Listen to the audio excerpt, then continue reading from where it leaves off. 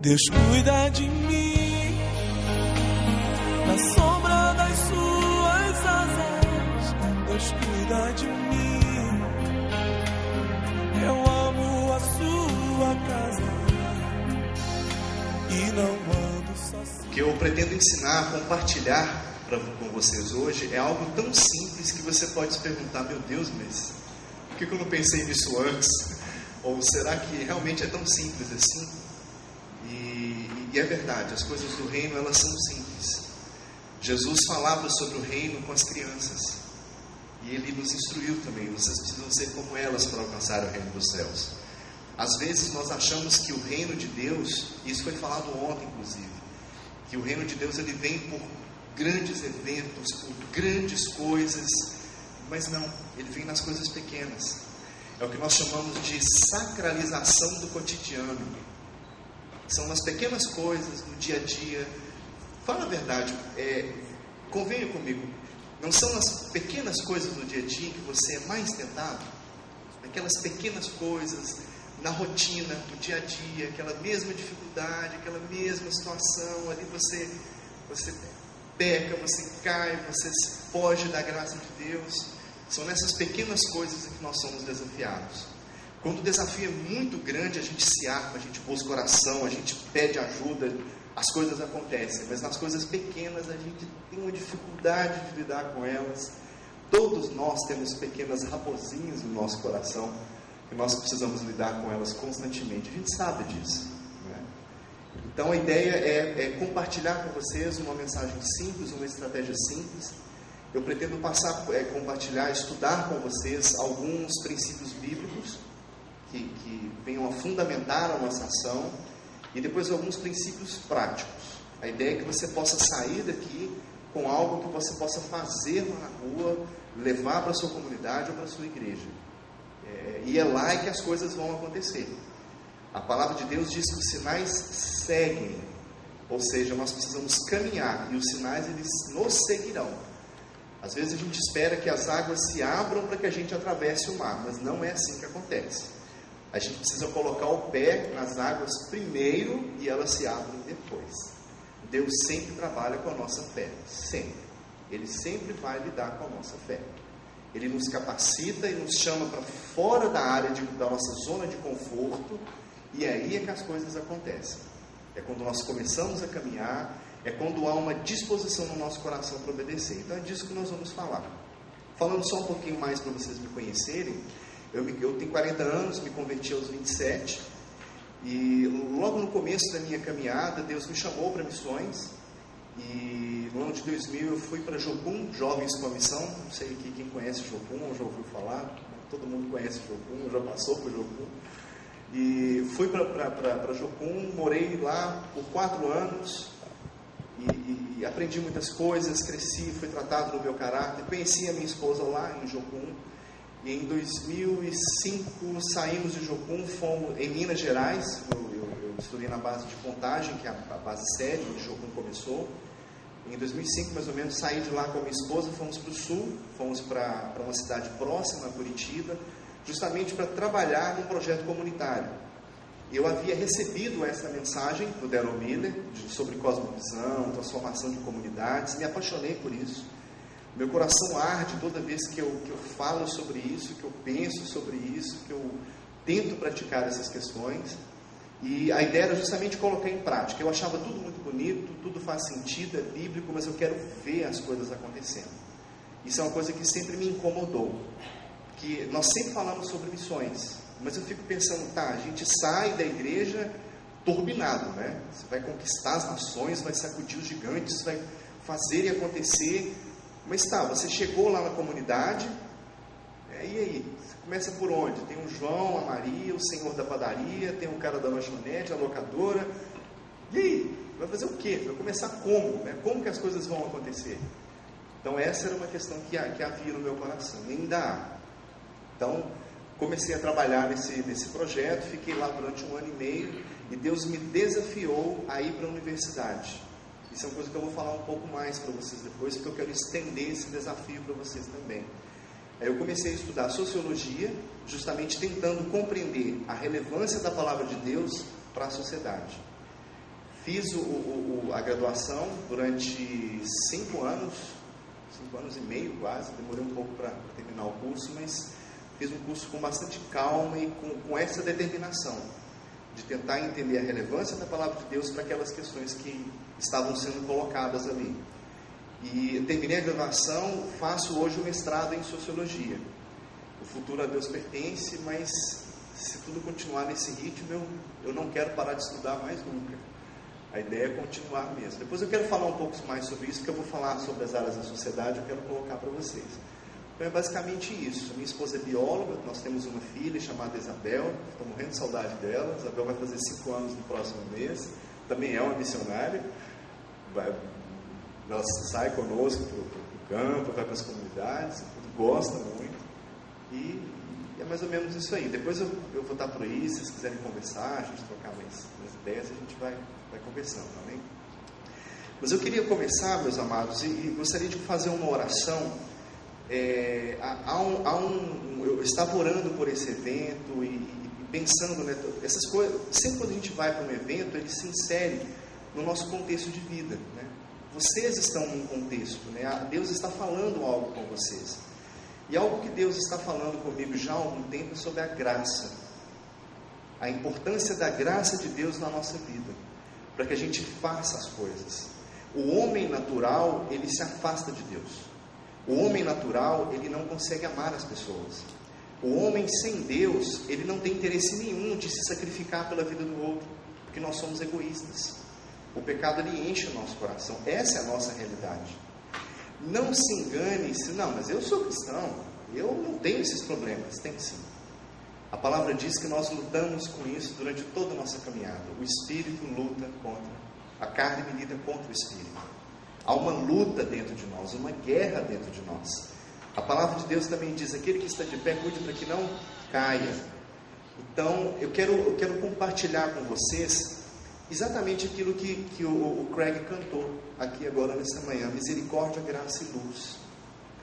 Durante muito tempo, meus irmãos, eu recebi essa mensagem de transformar a sociedade, de mudar as coisas, e isso gera um peso de responsabilidade na nossa vida.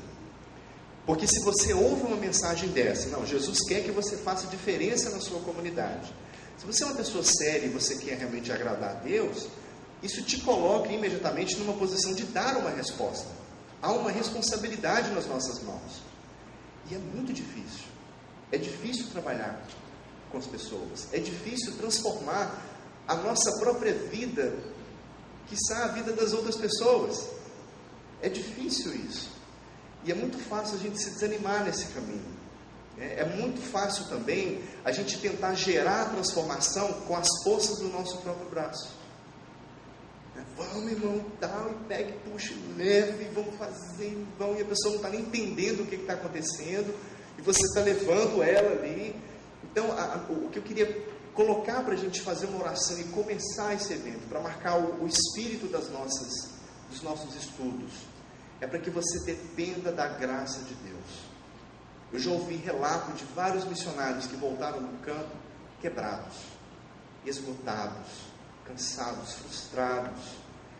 Tentei fazer, não deu, foi difícil, tive perdas, tive dificuldades, e o que faz a diferença em todo esse caminho é a graça de Deus. A mensagem que eu tenho para ministrar, para compartilhar com vocês, não é nenhuma receita mágica, não vai descer nenhum raio aqui do céu com som de trombetas e vai sair todo mundo daqui saltitando e cheio de energia. Não é essa a mensagem. A mensagem é: no mundo tereis aflições. É a mensagem do Evangelho de Jesus. A porta é estreita. É preciso se esforçar. O amor tem que ser sacrificial. Se você olhar para a vida dos profetas, para a vida dos grandes homens de Deus, todos sofreram. Não vai ser diferente conosco. Jesus, no Evangelho de Lucas, ele fala: o discípulo não está acima do seu mestre. Aquilo que fizeram comigo, farão convosco também. Então eu não quero gerar nenhuma ilusão para você de que você vai receber uma fórmula mágica. Nossa, mas isso realmente é muito simples, vai funcionar, e eu vou fazer e vai acontecer. Essa mensagem, ela é eficaz, mas a grande diferença vem pela graça de Deus. É a graça de Deus que vai fazer a diferença. É a sua comunhão com o Senhor Jesus. Guarde uma mensagem no seu coração. A palavra diz que o Senhor faz novas todas as coisas. Pensa na tua vida, pensa na tua comunidade, pensa nesse nosso país, que tanto precisa de ser renovado. Quem faz novas todas as coisas? É o Senhor Jesus.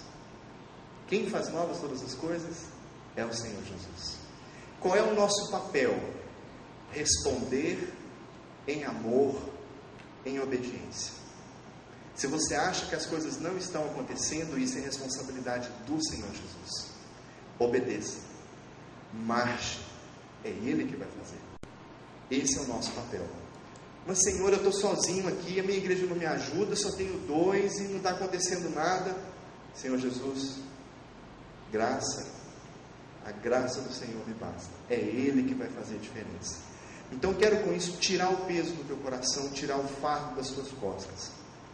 Nós temos dificuldades, nós temos lutas, nós precisamos ser transformados.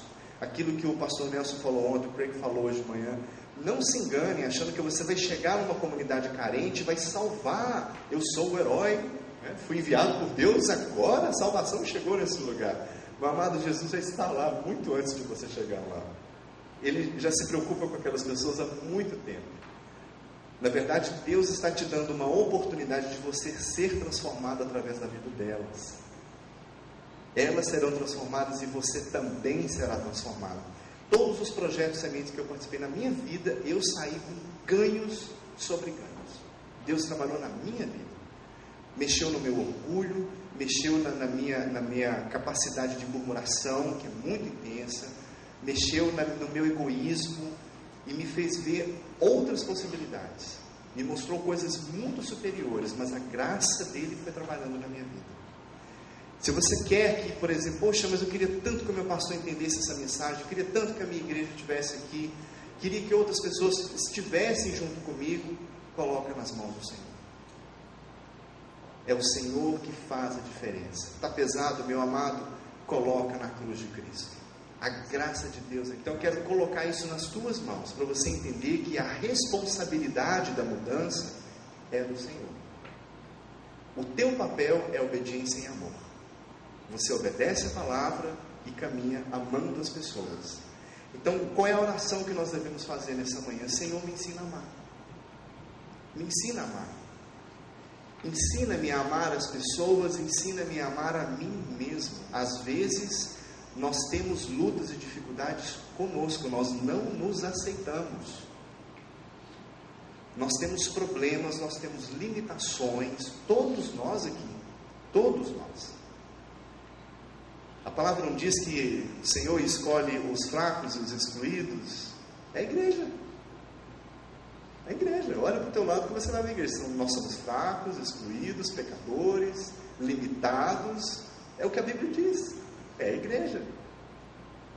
Não se iludam com a mensagem de que você vai ser um super cristão, um hiperapóstolo, um patriarca dos patriarcas, porque não é isso que a mensagem diz. A mensagem de Deus nos ensina a ver homens como eles são.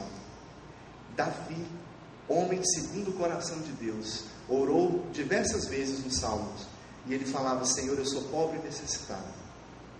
Ele reconhecia, ele sabia quem ele era. Nós somos pobres e necessitados.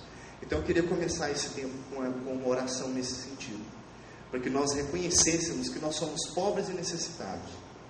O fato de você estar aqui, de você poder ter um sapato, um tênis, um relógio, de você estar usando uma roupa limpa, não te torna melhor de forma nenhuma do que pessoas que estão em comunidades carentes, que às vezes não têm o que vestir, não têm o que comer. Isso é um grande engano do inimigo na nossa vida. Nós somos tão carentes como elas.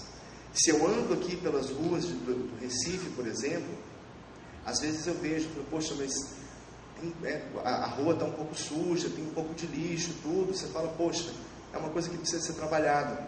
Se você vai para o sul do país, você vai ver limpeza nas ruas, mas vai ver muita sujeira no coração das pessoas. As pessoas têm dificuldade de se relacionar, muita dificuldade. Eu percebo isso com facilidade porque eu venho de Minas. Em Minas a gente sorri como o povo daqui sorri. A gente fala sorrindo, né? A gente fala em Minas, o mineiro fala sorrindo. E isso para as pessoas que moram no sul é muito mais difícil. É difícil para eles manifestar um sorriso no rosto. Não porque eles são piores que nós, é porque eles têm limitações diferentes das nossas.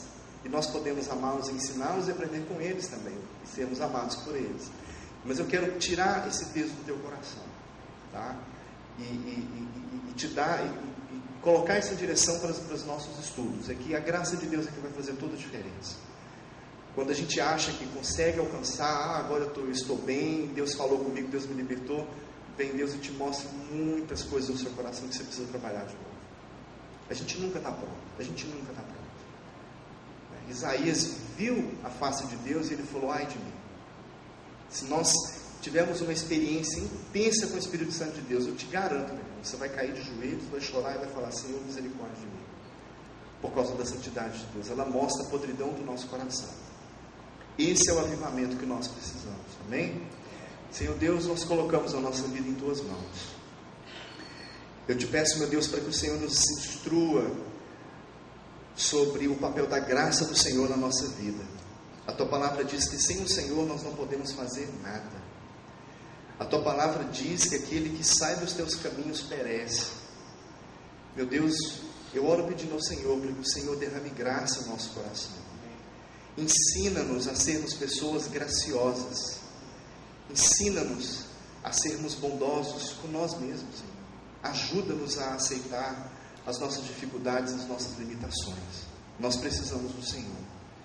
Senhor, tira do nosso coração todo orgulho, toda sensação de que nós somos melhores do que os outros e que vamos resolver os problemas das pessoas e mudar o mundo e as nações, porque nós precisamos ser transformados. Tem misericórdia de nós. Nós nos reunimos como igreja do Senhor e te pedimos perdão como corpo de Cristo. Senhor, perdoa-nos. Perdoa-nos pelas nossas limitações. Como igreja nós somos fracos e necessitados. As nossas vestes, Pai, não estão limpas, meu Deus. Senhor, perdoa a nossa murmuração, perdoa o nosso orgulho, perdoa-nos, perdoa a nossa independência, meu Deus. Nós tentamos fazer tanta coisa com as nossas próprias forças, meu Deus. Ajuda-nos a compreender que nós não podemos fazer nada sem o Senhor. Eu oro para que, em nome de Jesus, o Senhor trate conosco primeiro e derrama graça no nosso coração, em nome de Jesus. Nós oramos em nome do Pai, do Filho e do Espírito Santo. Amém? Amém. Amém. Vamos caminhar, meus amados. Mas eu gostaria de realmente enfatizar isso, que a graça de Deus permaneça no nosso coração. Que quando você for fazer os trabalhos da igreja, quando as coisas, você se propuser a praticar as coisas que você vai ouvir, que isso flua com graça. E a graça, às vezes nós fazemos planos, né? Nós tentamos ao máximo sermos pessoas organizadas, a planejar, estabelecer metas, delegar funções, e isso é excelente, porque Deus é um Deus de ordem, Deus é um Deus de organização. Mas a graça tem um papel importante, porque nós não controlamos todas as coisas. Então, na hora de executar o projeto, vem os problemas de última hora, as dificuldades, quem deveria ter feito algo não fez. Graça, seja gracioso, deixa a graça fluir, dependa do Espírito Santo, faça o que está ao teu alcance, entrega para a cruz de Cristo e espera para que Ele faça a diferença. E Ele vai fazer. Talvez você não veja, talvez esteja acontecendo e Ele não esteja permitindo que você veja, talvez Ele esteja tratando no teu coração. Eu percebi que Deus começou a fazer isso na minha vida. E eu ficava lá murmurando: não está acontecendo nada, eu estou sozinho. Aí Deus me tirava: olha, está vendo? Olha o tanto de coisa que está acontecendo. Agora volta para cá e vamos continuar nossa caminhadinha no deserto. Vamos embora. Às vezes Deus trata conosco desse jeito. Então, graça, que a graça de Deus flua sobre a vida de todos nós. Amém? Vamos caminhar. Eu quero trabalhar com vocês sobre o tema da nossa conferência, que é o papel da igreja na sociedade. E eu quero falar sobre duas visões. Eu quero tentar contrapor uma visão de igreja, que eu acho que ela é bem conhecida de todos nós, e eu quero contrapor essa visão a uma visão que eu creio que é uma visão bíblica da igreja. Nós precisamos voltar aos fundamentos, precisamos repensar o que é ser igreja. Aliás, eu lanço um desafio para você. Comece a se fazer as perguntas básicas. Há muitos conceitos e há muitas coisas que nós tomamos. Não, isso eu já ouvi, eu já aprendi, já me ensinaram. E eu desafio você a repensar a sua vida com Deus. O que é ser crente, o que é ser igreja, qual é o papel do Espírito Santo na nossa vida, o que é sociedade, o que é ser um homem ou uma mulher de Deus. Pergunta isso para Deus de novo e vai buscar a resposta na palavra. Comece uma vida de estudo da palavra de Deus. Não há outro caminho. Lembra que eu falei com você, se não tem mágica aqui? Não tem mágica. Vá com calma, você tem o teu tempo, você tem o teu ritmo, respeita o teu ritmo. O importante é você querer caminhar. Não é onde você vai chegar, onde você vai chegar pertence a Deus. É Ele que sabe. O importante é você querer caminhar e decidir caminhar. Isso é que faz a diferença. Amar e obedecer. Servir, caminhar. Então eu quero colocar essa questão básica para nós pensarmos. O papel da igreja na sociedade. Nosso segundo desafio. Leia toda a palavra de Deus. Tudo. Tudo. Estude a palavra de Deus de maneira completa. Nós precisamos conhecer a palavra de Deus. Deus uma vez falou através do profeta Oséias: o meu povo perece porque não conhece a minha palavra. Então não há outra forma. Você precisa estudar a palavra de Deus. Comece em Gênesis e vá até Apocalipse. Estude a palavra de Deus toda. Eu vou passar algumas dicas para você fazer essa leitura. Você pode demorar 6 meses, 1 ano, 1 ano e meio, 2 anos, 3 anos. Eu não sei qual é a disponibilidade de tempo, o teu contexto, mas dependa da graça e se propõe a fazer isso. Se você já fez essa leitura ou várias leituras, faça mais uma vez, porque dessa vez vai ser diferente. Porque dessa vez eu quero lançar alguns princípios e alguns desafios para você fazer uma leitura focalizada, para você buscar algumas coisas bem específicas na palavra. Mas tome esse desafio para você. Busque resposta para as questões simples, nesse estudo que você vai fazer na palavra de Deus. E uma questão que eu quero pensar com vocês, pode passar, é a questão da sociedade. Pode ir. Amados, o que é a sociedade? Nós falamos sobre o papel da igreja na sociedade. Então vamos pensar primeiro sobre o que é a sociedade. Quando nós olhamos para a sociedade, nós conseguimos identificar algumas áreas. Deus trouxe uma revelação, uma palavra, eu creio que foi uma revelação para algumas pessoas, sobre 7 áreas de influência da sociedade. Isso Deus não falou nem com uma pessoa, nem com outra, foram com várias pessoas, e Ele falou com pessoas em lugares diferentes, em tempos diferentes. Eu tenho relatos de pessoas que falam sobre isso na Holanda, no início do século XIX, para vocês terem ideia. E tenho relato de pessoas que estão falando isso hoje nos Estados Unidos, tem pessoas falando sobre isso no Brasil, em vários lugares. Existem só 7 áreas na sociedade? Não. Não existem só 7 áreas. Mas eu creio que há algo especial para essas áreas que Deus está mostrando para nós. É como se você pegasse várias instituições e organizasse essas instituições por grupos. Então, quando você olha para a sociedade, você consegue enxergar a área social, você vê famílias, organizações não governamentais, associações voluntárias, grupos de gays e lésbicas. Eles não fazem parte da sociedade? São grupos da sociedade.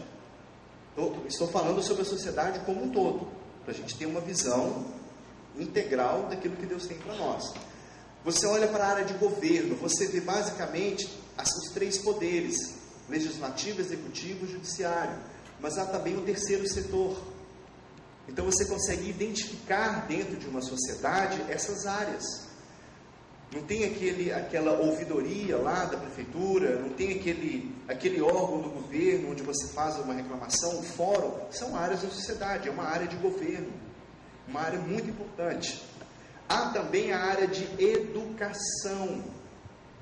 Dentro dessa área nós identificamos escolas, universidades, educação informal, a educação informal também. Sabe aquele caminhar ali que você começa a trabalhar com a pessoa e ela vai te ensinando a fazer o trabalho ali, entre patrão e empregado, isso é educação informal, e ela tem o seu valor, mesmo. Há pessoas que aprendem na informalidade e conhecem muito mais coisas da sua área do que aqueles que acabam de sair da universidade. Quantos casos a gente não vê, né? De um mestre de obras que sabe mais sobre construção do que um engenheiro recém-formado? Não precisa ir muito longe para ver isso, né? Então a educação informal ela tem um papel muito importante. A área de economia, negócios, comércio, a área de artes, mídia, entretenimento, esportes, turismo, teatro, cinema, são áreas da sociedade. E áreas muito importantes, muito importantes. Ciência e tecnologia. Os hospitais, a gente pode colocar a área de saúde aqui, né? Há uma ciência, a ciência médica, não é verdade? Como que a nossa vida mudou nesses últimos 20, 30 anos com as descobertas científicas que influenciaram a medicina. Gente, é uma bênção de Deus, é misericórdia de Deus sobre nós, aliviando o sofrimento de tantas pessoas. Imagina o que seria uma pessoa com câncer sem poder fazer uma quimioterapia. Quão mais sofrimento aquela pessoa não teria que lidar com aquilo. Então são áreas importantes. Companhias de água, luz, transportes, indústrias, informática, celular. Quem que não usa um celular aí hoje? São áreas da sociedade. Comunidades fiduciais. O que eu chamo de comunidades fiduciais? São comunidades de fé. Aqui dentro dessas comunidades de fé, nós podemos colocar a igreja cristã, a igreja evangélica, a igreja católica, os centros espíritas, os terreiros de umbanda. São comunidades de fé. São ou não são? Elas não influenciam a sociedade, não fazem parte da sociedade?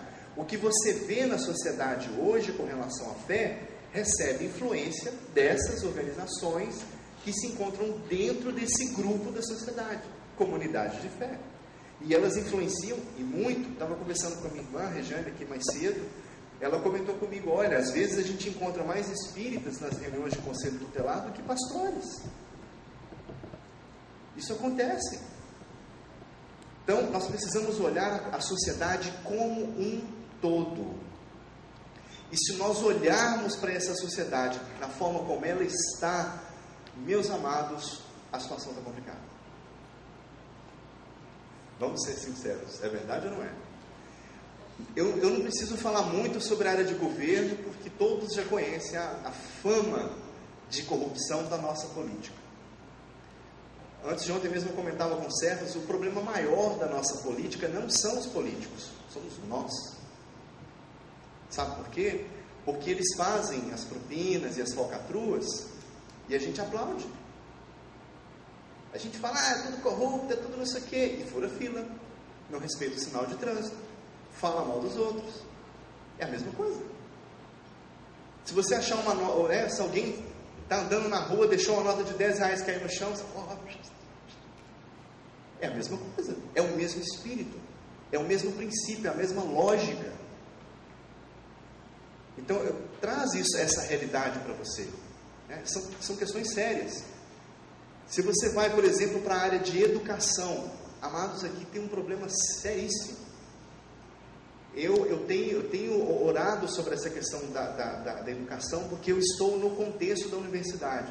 Falei que ia falar um pouco mais com vocês sobre isso. A universidade hoje, para mim, é um campo missionário. E vou dizer para vocês, as nossas universidades são campos dominados pelo inferno. Os nossos jovens saem das igrejas sem preparo bíblico, na sua grande maioria. A grande maioria deles não sabe explicar a razão da esperança que eles têm no coração deles. Chegam nesses ambientes, eles são confrontados com toda sorte de lascívia, de oferta de droga, de uma sexualidade, de promiscuidade, e eles são confrontados intelectualmente, e eles não conseguem dar respostas. Nesses anos de caminhada na universidade, eu ouvi relatos de colegas meus, que depois de algum tempo eu descobri que eram filhos de líderes da igreja, alguns filhos de pastores. Um deles, inclusive, chegou para mim e disse, Christian, eu comecei a estudar antropologia e estou perdendo a minha fé. Eu não tenho resposta. Aquilo que me falam na igreja não faz sentido nenhum para o que me ensinam aqui dentro. E aqui, amados, a questão é tão séria, eu vou explicar mais ou menos a lógica, como que funciona para você. Lá em Provérbios, fala que o temor do Senhor é o princípio do conhecimento. O temor do Senhor é o princípio do conhecimento, é o princípio da sabedoria. Há algumas versões que você pode ler da seguinte forma: o temor do Senhor é a chave do conhecimento, ele abre o conhecimento. Isso significa que há uma relação direta entre temer a Deus e conhecer qualquer coisa. Porque lá fala o princípio do conhecimento. Não é o conhecimento teológico, bíblico, não. É o conhecimento de tudo. Da física, da química, da biologia, da informática, da administração, de todas as áreas. Aí o que acontece? Pega a nossa criança, eu fico observando a minha filha Isabel, está com 5 anos. Você leva ela para a escolinha dominical. Tudo bem. Quando você tem uma igreja que tem uma escola dominical, que as escolas dominicais estão sendo fechadas, estão diminuindo cada vez mais. Uma das estatísticas que eu peguei de uma grande igreja em Curitiba, eles estavam, na época, isso tem uns 3, 4 anos, eles estavam com 5 mil, quase 6 mil membros. A estatística era de 400 frequentadores.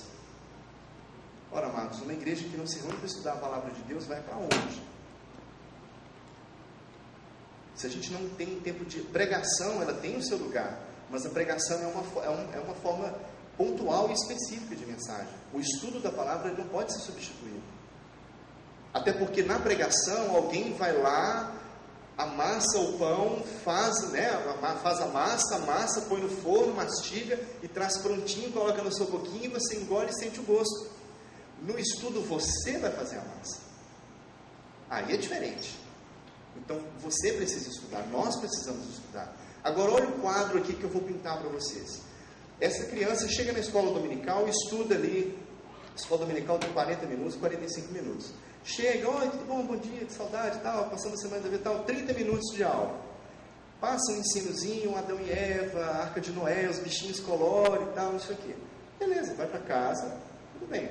De segunda a sexta ou de segunda a sábado. No caso da minha filha, por exemplo, ela fica quase em período integral na escola. Então ela chega às 10h30 da manhã e eu pego ela às 5h30, 6 da tarde. Ela vai passar a semana inteira estudando conteúdos, né, línguas, matemática, o português, a história, tudo, né, uma linguagem adequada para a idade dela. Mas ela vai estudar todos esses conhecimentos, ou seja, ela vai aprender sobre todas as áreas da sociedade. Ela vai aprender a ser uma cidadã sem nenhuma referência a Deus. Nenhuma. Nem quando o professor é crente. Às vezes o professor é crente, trabalha numa escola pública, não pode falar de Jesus. Ou às vezes ele até consegue, mas ele ora no começo da aula e ora para encerrar. Mas o conteúdo que ele ensina é o mesmo. Como que fica a cabeça de uma criança que entende que lá fora no mundo as coisas são de um jeito e dentro da igreja as coisas são de outro? Dentro da igreja falam de Deus e lá fora ninguém fala de Deus. Você sabe o que você está ensinando para ela? Deus é uma coisa que fica dentro das 4 paredes da igreja e ele não tem relevância nenhuma para a sua vida lá fora. E o pior, nós vivemos na sociedade como se ele não fizesse diferença nenhuma mesmo. Essa é a verdade. Concordam comigo? Sabe o que acontece com isso, gente? Com uma criança, e eu olho para minha filha e preocupo com isso. O resultado disso, sabe o que é? Vai chegar uma hora na vida dela que ela vai precisar tomar uma decisão por Jesus. Filho de crente não é crentinho. Não existe isso. A decisão é individual e pessoal. Vai chegar uma hora, nós como pais tentaremos de tudo para ensiná-la nos caminhos, para estudar a palavra, para praticar junto com ela. Mas vai chegar um momento em que ela vai tomar a decisão e não, eu quero ser batizada, quero fazer um compromisso, vou para a igreja, e eu amo ao Senhor Jesus e quero seguir o caminho dele para a minha vida. Ela toma essa decisão e ela se converte ao Senhor. Sabe o que aconteceu durante esses anos todos? Ela vai aceitar o Senhor Jesus, ela vai receber a salvação, ela vai ter a vida eterna, sem dúvida. Ela tomando a decisão, e sendo uma decisão genuína, que só Deus pode olhar o coração do homem e pesar e medir essas coisas. Mas tem um detalhe: Lembra que ela estudou naquela escolinha que não fala nada de Jesus e nada de Deus na vida toda? Ela vai ser convertida, ela pode amar a Deus com toda a força, a alma, o entendimento dela, mas tem um detalhe: ela pensa como qualquer pagão. Essa é a nossa realidade. Nós amamos a Deus, nós queremos fazer diferença, mas nós pensamos como pagãos. Nós fazemos negócios da mesma maneira que os pagãos fazem. As nossas preocupações são as mesmas. As mesmas. Não vos preocupeis com o que haveis de comer ou vestir. Segunda-feira de manhã você está, meu Deus, tem que pagar a conta, tem que trabalhar, tem que correr, tem que não sei o quê. Eu no ministério não posso agora porque eu tenho dívida, eu tenho que estudar, eu tenho que não sei o quê. É verdade ou não é? Nós fazemos as mesmas coisas. Não há diferença nenhuma, amados. Não há. O que nós estamos criando no nosso meio é uma cultura gospel. Sabe, mundo gospel. A gente ouve música gospel, assiste filme gospel e faz a mesma coisa que todo mundo faz. Essa é a realidade. Eu não estou dizendo, tá? Eu estou falando dessa forma, eu estou provocando vocês. O Craig já avisou ontem, por isso que eu estou aproveitando a deixa. Se ele liberou, porque... mas é uma provocação com uma boa motivação. Tá? É uma provocação em amor, lembrando daquele espírito da nossa oração no começo. Graça de Deus. Eu não quero... Não é isso, não, tá? É trazer a palavra de Deus para a gente ser confrontado e sair daqui. Deus, tem misericórdia de mim. Esse é o objetivo. Eu oro, Deus tem misericórdia de mim. Porque são sérias essas questões. Mas vocês estão entendendo a seriedade do que está sendo envolvido aqui, gente? Aí a gente fala, a igreja vai transformar a sociedade. Porque nós vamos transformar as nações. Não vai. Do jeito que nós estamos, não vamos fazer nada. Porque você entra na universidade, você não pode falar de Deus. Não há referência do que você aprende ali com os princípios da palavra de Deus. E nós precisamos aprender a fazer essa ponte para a gente aprender a pensar de forma diferente, para agir de forma diferente e transformar aí sim a sociedade. O que Paulo nos ensina? Lá em Romanos, no capítulo 12: rogo-vos, pois, irmãos, pelas misericórdias de Deus, que entregais os vossos corpos como sacrifício santo e agradável a Deus, pois esse é o vosso culto racional. Não vos conformeis com esse mundo. Não vos conformeis com a sociedade do jeito que ela está hoje. Não vos conformeis com as universidades que não falam de Jesus. Não vos conformeis com o governo corrupto que nós abonamos. Não vos conformeis com essa economia que idolatra Mamon a todo tempo. Não vos conformeis com esse mundo, mas transformai-vos pela renovação do vosso entendimento. Para quê? Para que possais conhecer qual é a boa, perfeita e agradável vontade de Deus. Qual é o papel da igreja na sociedade? Manifestar em ações práticas, em amor, em serviço, a boa, a perfeita e agradável vontade de Deus. Quando o pastor mostrou ontem ali que aqueles jovens estavam pintando gente, aquilo foi lindo demais, porque Deus é belo e a beleza muda a nossa vida. Uma coisa é você ter que lidar com o pecado, com a queda, com o feio, e a outra coisa é você lidar com o belo. O belo te faz sentir bem, porque Deus é belo, Deus é bonito. Gente, aquilo ali foi o que para aquelas pessoas? A manifestação da boa, perfeita e agradável vontade de Deus para aquela questão. E isso é muito importante. Agora, olha só, diante de artes, isso aqui eu não posso deixar de falar não. Meus amados, enquanto nós ensinamos as nossas crianças na igreja a temer a Deus, quando tem uma escola dominical, a estudar a palavra do Senhor, elas vão para a escolinha, e olha só que coisa interessante, Deus não faz nada por acaso. A minha casa lá em Curitiba fica ao lado de uma escola municipal. Da janela do lugar onde eu estudo, eu fico olhando para o recreio das crianças. Interessante, esses dias eu olhei, meu Deus, por que nós viemos exatamente para cá? Por que a minha janela me permite ver exatamente o recreio das crianças? Durante o recreio eles colocam música para as crianças se divertirem, as músicas da Lady Gaga.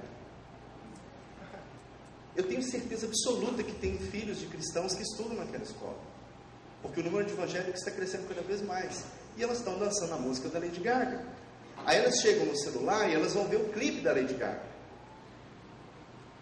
E o que ela vai ensinar para essas crianças? Promiscuidade, inversão de valores, quebra de princípios. Não é verdade?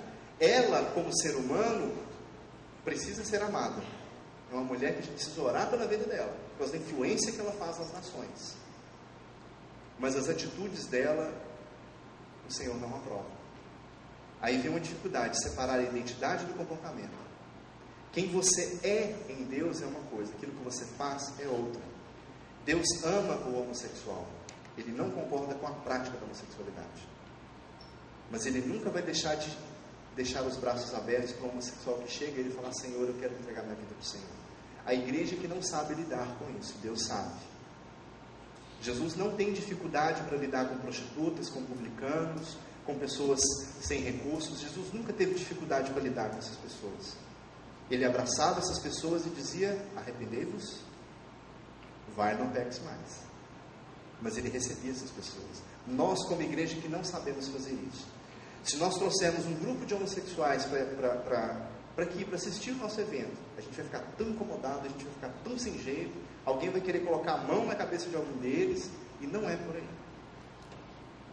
A gente precisa aprender a lidar com essas questões. Fica o desafio para orarmos sobre isso. Senhor, como nós devemos lidar com essas coisas? Como que eu vou me posicionar contra essa prática, porque ela é pecaminosa, mas ao mesmo tempo deixando que essa pessoa entenda que Deus ama a vida dela e quer transformar a vida dela. É um grande desafio, irmãos. É um grande desafio. Mas nós precisamos aprender com Jesus, graça. Enquanto nós tentamos ensinar as nossas crianças sobre os princípios da palavra, a Madonna escreve livros infantis. Sabiam disso? Madonna já publicou diversos livros de histórias infantis. A Madonna está discipulando as nações com muito mais eficiência que nós, igreja. E tem uma coisa interessante, gente, porque olha só, nós que somos o crente, né, o crente gospel, ele tem umas contradições interessantes. Às vezes a gente fala assim: não, porque eu não ouço música do mundo. Não, música do mundo eu não ouço, eu sou crente. Já viram pessoas falando desse jeito? Aí o que acontece? Ele chega em casa, mas ele vê a novela da Globo. Não é uma contradição isso? Não, eu não ouço música do mundo. Não, mas a novela da Globo, essa eu não perco de jeito nenhum. Filme, Velozes e Furiosos, na primeira fila para assistir. Violência, a gente faz isso, amados. A gente precisa repensar os nossos valores e o nosso andar na sociedade. Tá? Só para a gente ter uma noção, ciência e tecnologia é uma área muito difícil da gente como igreja lidar com ela. Muito difícil. Porque a gente entra dentro de uma esfera que a gente não sabe se comunicar com ela. Nós ficamos tanto tempo escondidos, né, dentro das quatro paredes, que a gente não sabe se comunicar com o mundo lá fora. Dentro da igreja, meu amado, você pode falar em unção, nadar nas águas do rio de Deus, Senhor, incendeia a noiva, derrama fogo, a gente entende isso, é a nossa linguagem. Mas se você fala isso fora, as pessoas não vão entender o que você está falando. E se você usar versículos bíblicos e referências bíblicas para falar, por exemplo, com um professor universitário, ele não vai te entender. A linguagem dele não é essa. Ele não vai conseguir compreender o que você está falando. Vou te dar um exemplo para você verificar depois, na própria palavra de Deus. Lá no livro de Atos, capítulo 2 e 3, fala sobre o Pentecostes. Quando o Espírito Santo de Deus desce sobre a vida dos apóstolos, que eles começam a orar em línguas. Bem no começo do livro de Atos. Lá naquele livro você tem um discurso de Pedro para as multidões. E olha que interessante, Pedro, cheio do Espírito de Deus e da unção, ele se dirige para as pessoas de várias regiões que estavam indo, que era a festa de Pentecostes, estavam indo oferecer os sacrifícios no templo. E ele se dirige àquelas pessoas usando a palavra de Deus. Então ele fala: olha, aquele que a palavra fala, Davi, não sei o que. Ele começa a explicar que Jesus já havia sido profetizado nas Escrituras, a vinda de Jesus. aquele que os homens crucificaram, tal, pois ele mesmo ressuscitou e tal. Está lá no discurso de Pedro. Ele usou a própria linguagem teológica para falar com os religiosos. Agora pega, por exemplo, uma performance totalmente diferente. Você pega Paulo, lá no capítulo 17 de Atos. Paulo chega na cidade de Atenas, dá uma volta pela cidade, aí ele conversa em praça pública. Naquela época, na Grécia, a praça pública era o local de discussão de filosofia e política. Ele discutiu com políticos e filósofos gregos. E lá fala, os filósofos epicureus e estoicos discutiram com ele. Levaram ele, depois você pega a referência lá no capítulo 17, levaram ele para o Areópago, que seria como se fosse uma câmara municipal para a gente hoje. Olha, vamos te levar lá para a câmara porque a gente quer ouvir mais coisas. A gente quer ouvir o que você tem para dizer. E chegando lá, o que ele começou a falar? Ele não usou uma linguagem gospel. O que ele falou lá? Olha, queridos, senhoras e senhores, andei pela cidade de vocês, percebi que vocês são muito religiosos, vi que vocês adoram muitos deuses, cheguei até a descobrir o altar ao Deus desconhecido, que vocês cultuam. Ora, esse Deus que vocês não conhecem, eu vou anunciar para vocês. É o Deus que criou os céus e a terra, que fez o homem. Não é isso que ele fala?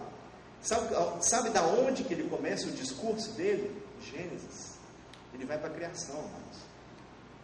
Aí ele vai para a criação, fala que Deus criou o homem, pois nele nos movemos e existimos e tal. Aí ele fala da ressurreição depois. Aí deu aquela confusão, falou, não queremos ouvir, depois eu falo mais. Mas a forma como ele falou foi diferente. Nós precisamos aprender a comunicar o Evangelho nessas esferas da sociedade. São esferas que nós não sabemos comunicar a nossa mensagem. Aí você fala, não, mas tem a esfera do governo. Não, tem muita corrupção, mas tem muito político evangélico sério. É verdade, eu creio nisso. Mas tem uma pesquisa de um sociólogo cristão, que mora, se eu não me engano, em São Paulo. Ele fez várias pesquisas sobre cristãos evangélicos no governo. E uma das pesquisas dele, ele constatou que, na grande maioria das vezes, não são todos os casos. O remanescente sempre existe, viu gente? Sempre. Em todas essas áreas da sociedade aí, há o remanescente de Deus. Não tenha dúvida disso, porque Deus é Senhor. É porque Ele estabelece isso, não é porque a gente é bonzinho, não. Ele quer, e Ele coloca o remanescente e Ele sustenta. Mas a pesquisa desse sociólogo constatou que, na grande maioria das vezes, as mesmas leis que eram aprovadas por não cristãos eram aprovadas por eles. Aborto, aumento de salário, sabe, leis em benefício próprio, a mesma coisa. Onde nós vamos chegar desse jeito? Não é nenhum. Não faz diferença. Pode passar. Então, com base nisso, eu quero que você pense agora no primeiro modelo de igreja. Pode passar. Amados, por que as coisas estão acontecendo na sociedade da forma como elas estão acontecendo? Há na nossa mente uma separação. A gente faz uma separação entre mundo gospel e mundo secular. A gente separa coisas sagradas, coisas de Deus, de coisas secular. Quer ver como que essa separação funciona na nossa vida? Olha para você ver aqui, ó. Se você pega ali, por exemplo, lá naquela esfera ali onde Deus, a gente costuma relacionar a Deus, tem a esfera ali do evangelismo. Evangelismo é uma atividade espiritual? Sim ou não? É uma atividade da igreja? Nós, como cristãos, devemos realizar isso? Sim. Agora deixa eu perguntar para você, seja bem sincero comigo. Quem aqui tem trabalho secular?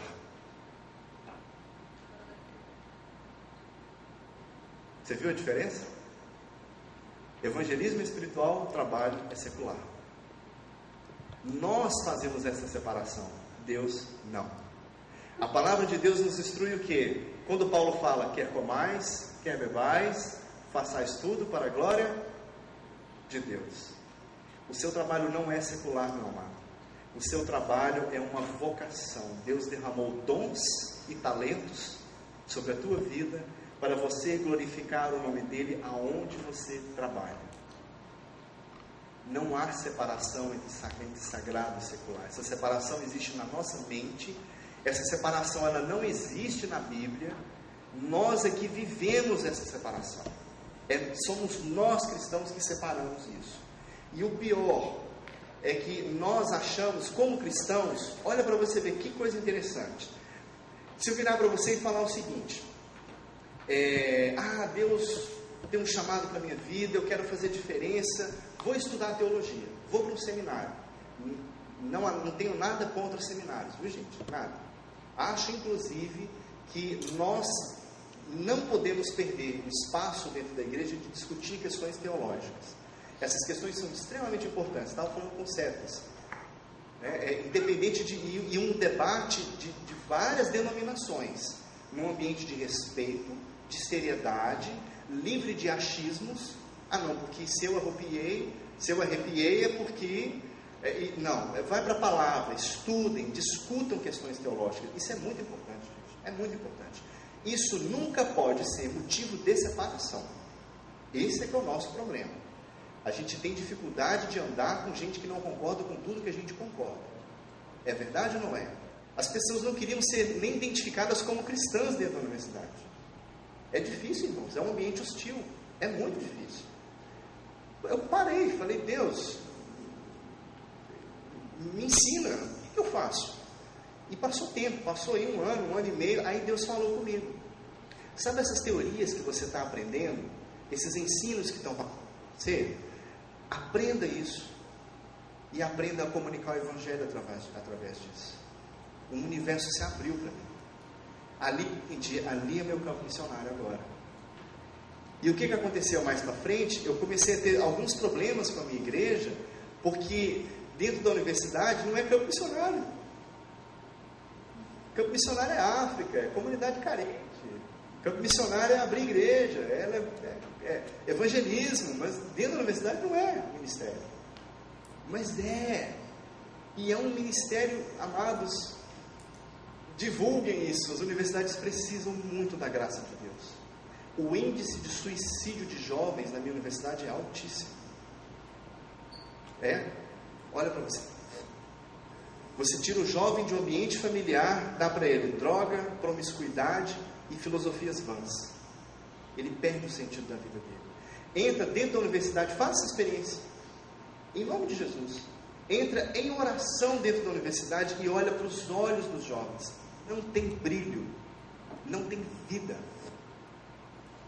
Faça essa experiência. E se você achar um olhinho brilhando, pode perguntar: você conhece Jesus? Vem comigo que você é diferente. É um campo dificílimo, amados, e é um campo que nós precisamos trabalhar, mas essa separação precisa ser quebrada. Por que eu coloquei daquele lado lá uma igreja e do lado de cá um grupo de pessoas? Porque essa separação acaba fazendo isso. Nós entendemos, nós confundimos ser igreja, corpo de Cristo, com ser igreja institucional, denominação. Igreja 4 paredes, igreja templo. Então a gente se fecha lá dentro. As pessoas que estão aqui fora, as pessoas do mundo, olham para a gente entrando naquelas casinhas no domingo de manhã e ouvem a gente fazendo um barulhão lá dentro e ouvem a gente saindo. E só. De segunda a sábado é a mesma coisa. É a mesma coisa.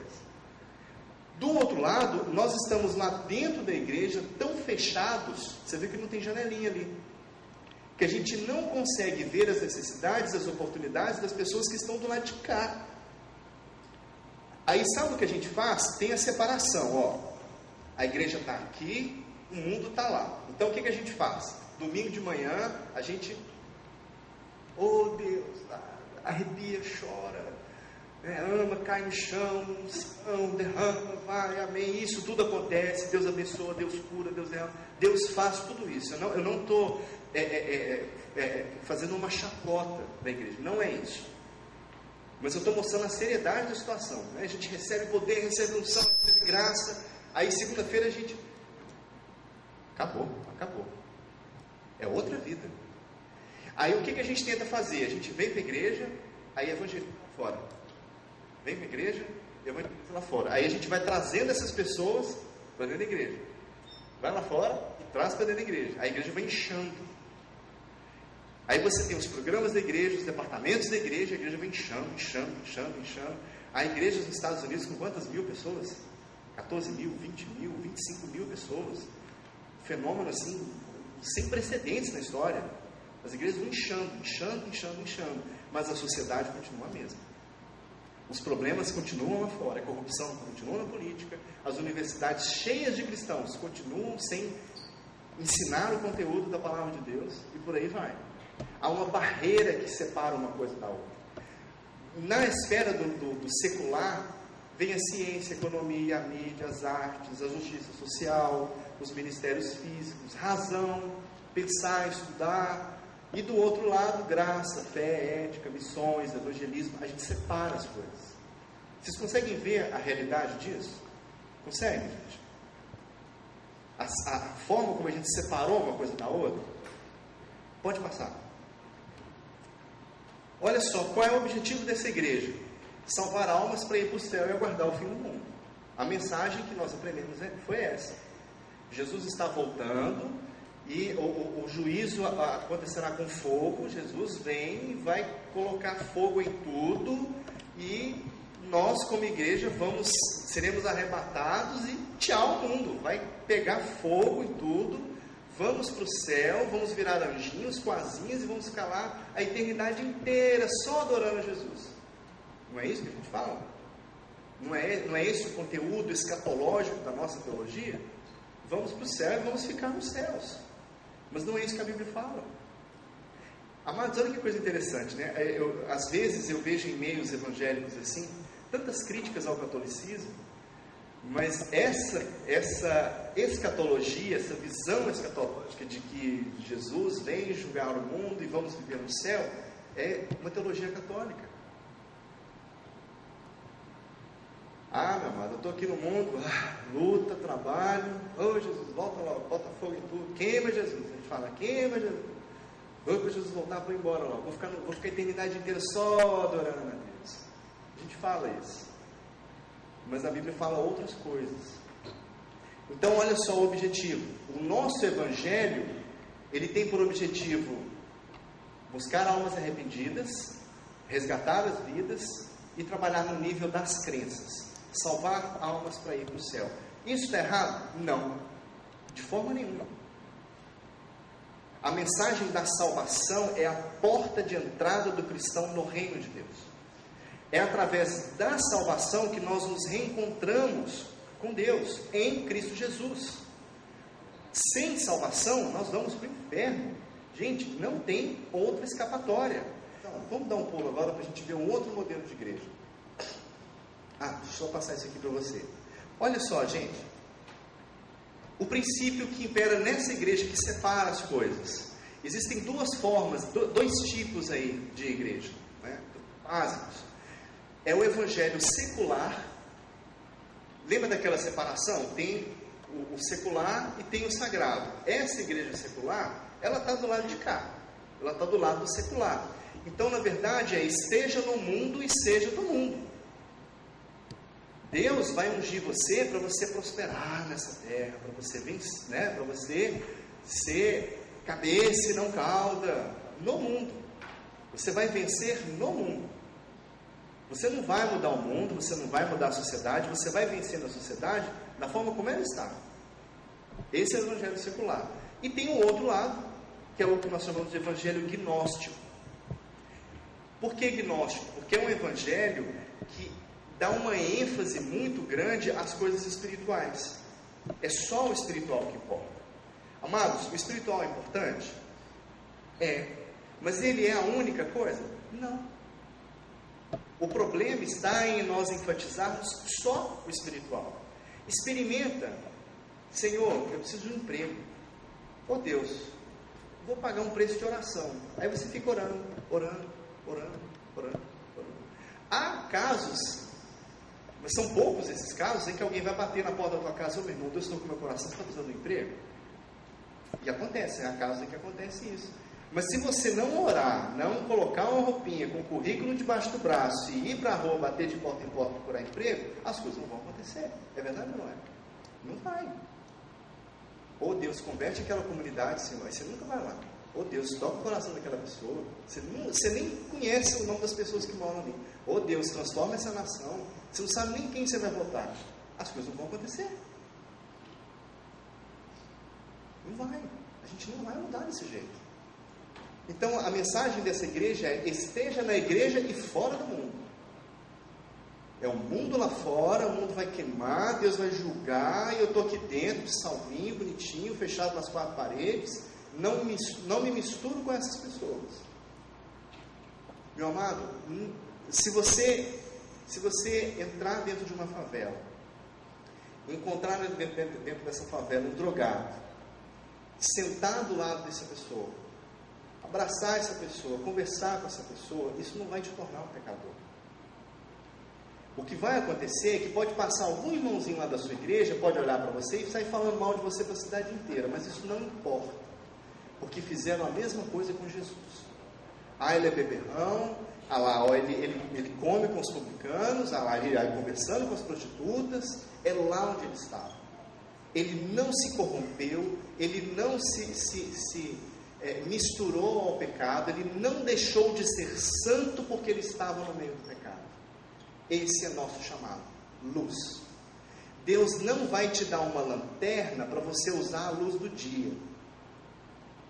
Tá? Ele não vai te dar uma lanterna para você sair iluminando lá meio-dia para você enxergar o caminho da sua casa. O que vai acontecer na maioria das vezes, ele te dá uma caixinha de fósforo para você entrar numa rua totalmente escura. E você vai fazer diferença. É nesses lugares que o Evangelho precisa chegar. É nessas áreas da sociedade que a igreja de Cristo precisa estar. Vamos passar aqui. O segundo modelo de igreja, que é o modelo bíblico. Eu vou falar mais sobre essa igreja na próxima sessão. Pode passar. Olha só, gente, não há separação entre Deus e as áreas da sociedade. A palavra de Deus diz claramente que Deus é o Senhor de todas as coisas, porque dele, por ele e para ele são todas as coisas. Tem um mistério teológico muito forte nessa palavra todas, viu, gente? Tem uma questão de tradução, de linguagem, do grego e do hebraico para a nossa língua. Toda vez que você achar essa palavra todo, todas, tudo na Bíblia, sabe o que significa isso? É profundo, gente. Significa tudo. Quando você encontrar tudo na Bíblia, significa tudo. Quando tiver escrito lá todas as coisas, são todas as coisas. Simples assim. Mas a gente lê a Bíblia com essa separação. Glorificar a Deus em todas as coisas. Não, é só no domingo, é só na igreja, é só no departamento lá. Segunda-feira não, tem que trabalhar, tem que ganhar dinheiro, tem que fazer essas coisas. Mas Deus é o Senhor de tudo. Você percebe aqui, meu amado, que eu não coloquei aquela igreja fechadinha das 4 paredes, sem janela? Eu coloquei só as pessoas.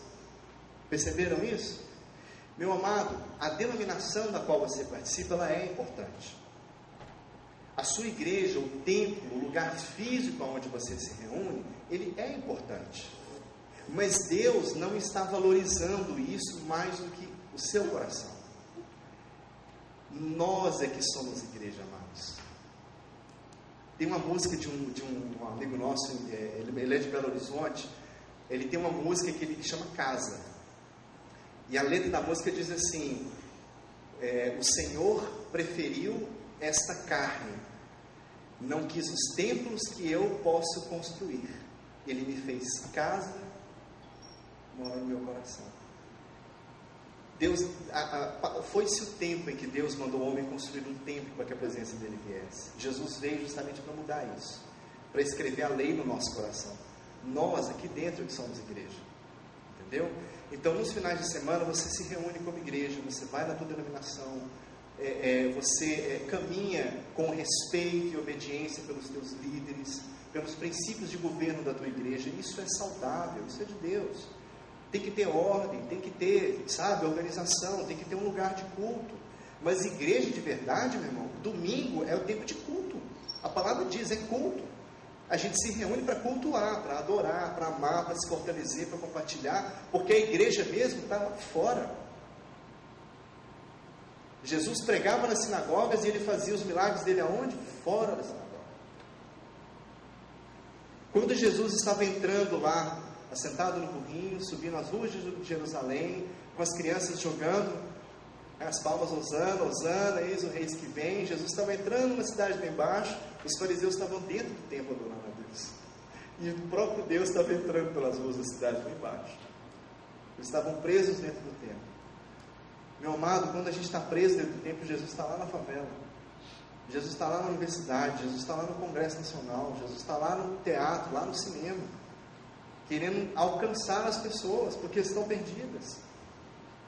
Então eu tirei aquela casinha aqui, porque ela passa a ser uma questão secundária. Entende o que eu estou dizendo de ser secundário? Porque o mais importante é o reino, corpo de Cristo. Se uma pessoa que está fora da igreja olha para você e fala, olha lá, ele é daquela igreja, olha, aquele ele é da outra, olha, eles não se conversam. O que essa pessoa vai pensar, gente? Os dois pregam a mesma Bíblia, os dois pregam o mesmo Jesus e eles não se conversam? Para que eu vou entrar no meio dessa confusão? Ué. E eu entrar no meio da igreja para ficar nessa disputa, um falando mal do outro? É claro, gente, há heresia, tem muita coisa que precisa ser combatida mesmo, há abusos da palavra de Deus que precisam ser confrontados. Tem coisa que eu seguro para não... É difícil. Tem coisa que você ouve por aí, assiste na televisão, o negócio parece que entala aqui na garganta. Dá vontade de você pegar o cara na saída do curso e falar, vem cá, só vai fazer assim. A gente precisa confrontar isso também. É a palavra de Deus, a demonstração em amor. Pode passar. Qual é o propósito dessa igreja? Anunciar aos gentios as insondáveis riquezas de Cristo. Esclarecer a todos a administração desse ministério que, durante épocas passadas, foi mantido oculto em Deus que criou todas as coisas. A intenção dessa graça era que agora, mediante a igreja, corpo de Cristo, eclésia, comunidade encarnacional, comunidade que encarna Cristo, que conhece a Jesus, que quer andar com Jesus, igreja, a multiforme sabedoria de Deus se tornasse conhecida. Essa palavra multiforme, ela está numa raiz no grego que ela também pode ser traduzida como multicolorida. Sabe, ela é tão diversa, ela é tão diferente, ela é tão maravilhosa, ela tem várias formas. Ela não é de um jeito só, tá? Não é um método só, não é uma denominação só, não é um jeito só de fazer as coisas. Ela é multiforme.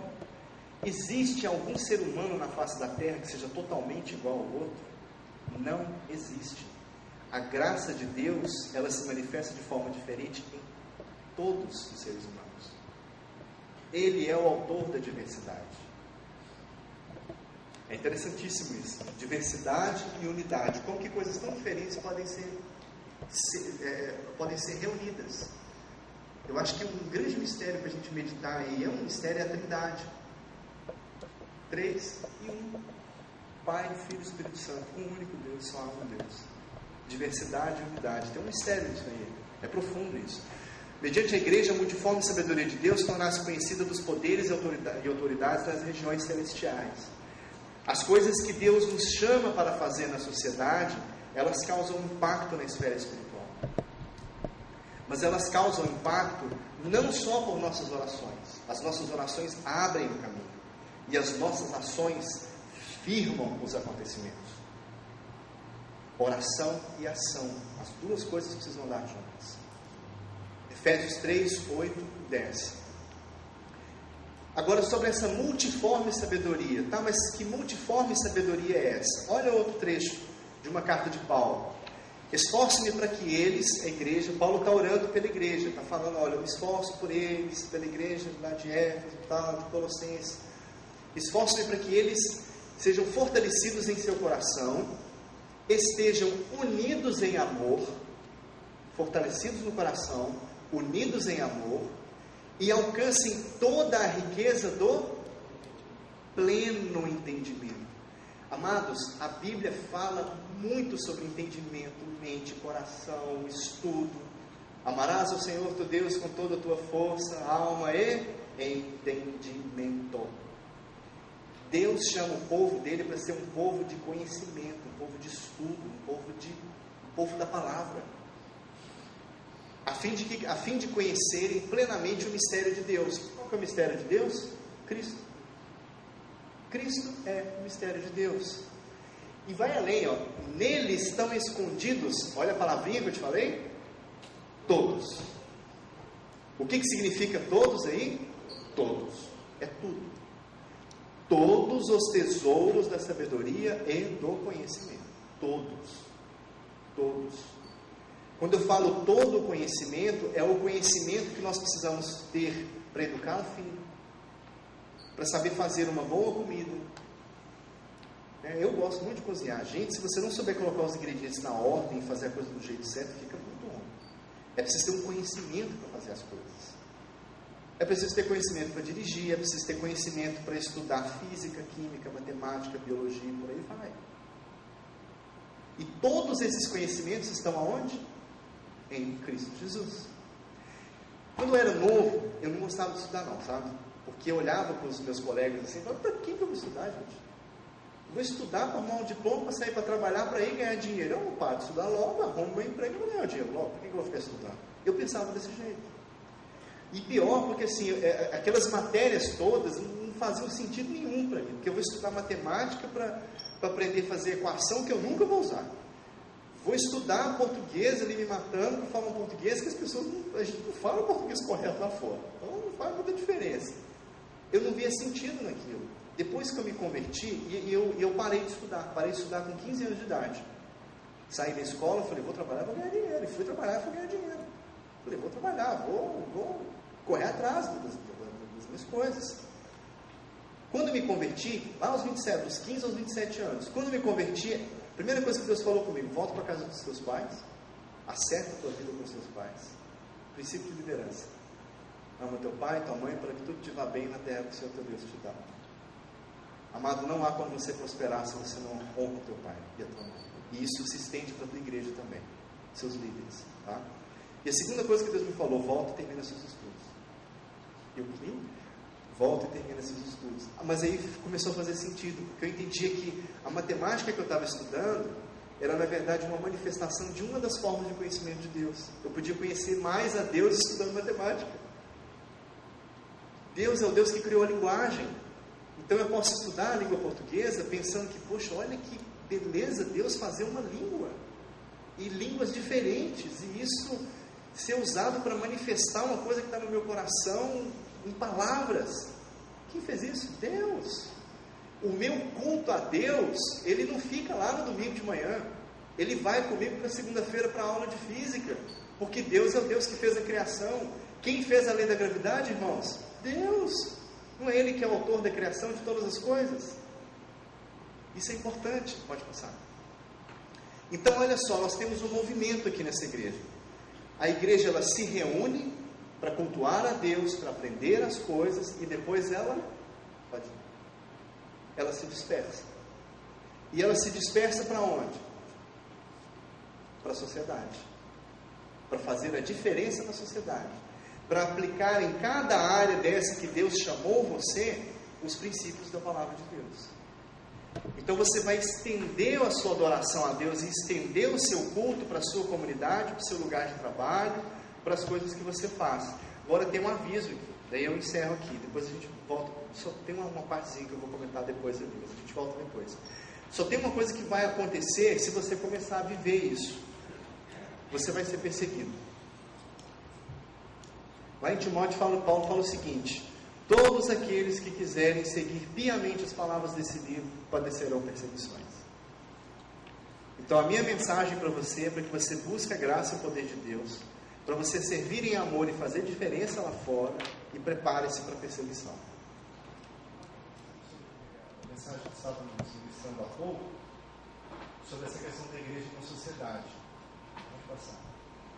O princípio dessa igreja que nós estamos compartilhando agora pela manhã, buscando uma fundamentação bíblica, o princípio que está por trás, a fundamentação é justamente aquela que Jesus nos ensina na sua oração ali no Evangelho de João, no capítulo 17. E Jesus fala assim: não nos peço que os tire do mundo, mas livra-nos do maligno. Jesus não quer que a gente saia do mundo, Ele quer que nós façamos diferença no mundo. Então a ideia é: esteja no mundo, mas seja do mundo. É diferente. Nós precisamos tomar cuidado com aquela mensagem de prosperidade, uma mensagem desmedida, que no final das contas prega um vencimento no mundo. E é diferente, nós vamos vencer o mundo, não no mundo. É diferente, é uma mensagem bem diferente. O que a palavra nos ensina aqui é que nós estaremos no mundo, no meio das pessoas, nas áreas da sociedade, mas nós não estamos segundo o mesmo padrão. Nós não somos daquela mesma forma, nós somos diferentes.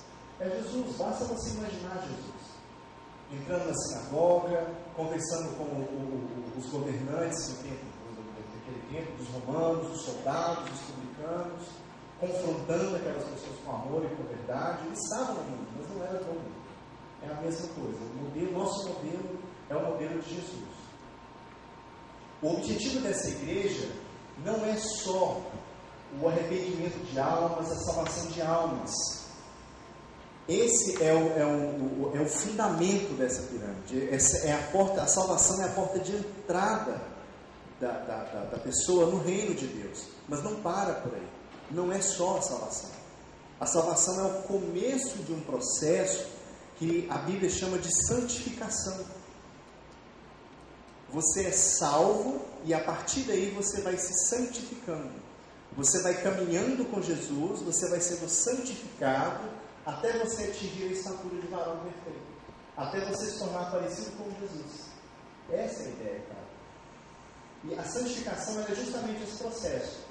É o processo que vai aproximar você da forma como você é, com as suas limitações, com as suas dificuldades, com o seu pecado. E a santificação ela vai te atraindo para perto de Jesus. Vai te atraindo. Você vai deixando para trás a natureza pecaminosa, vai chegando para perto de Jesus, vai se tornando cada vez mais parecido com Ele. E tem uma coisa muito legal nisso tudo, porque olha só, Paulo, em uma de suas cartas, ele tem uma frase fortíssima que ele fala assim: seja escravo, seja livre. Lembra dessa passagem? Como uma pessoa pode ser livre e ser escravo? Interessantíssimo, né? A verdadeira liberdade, ela ocorre quando você se torna escravo de Jesus. Por isso que a gente chama ele de Senhor. É uma relação de Senhor e servo. Ele é Senhor e eu sou escravo.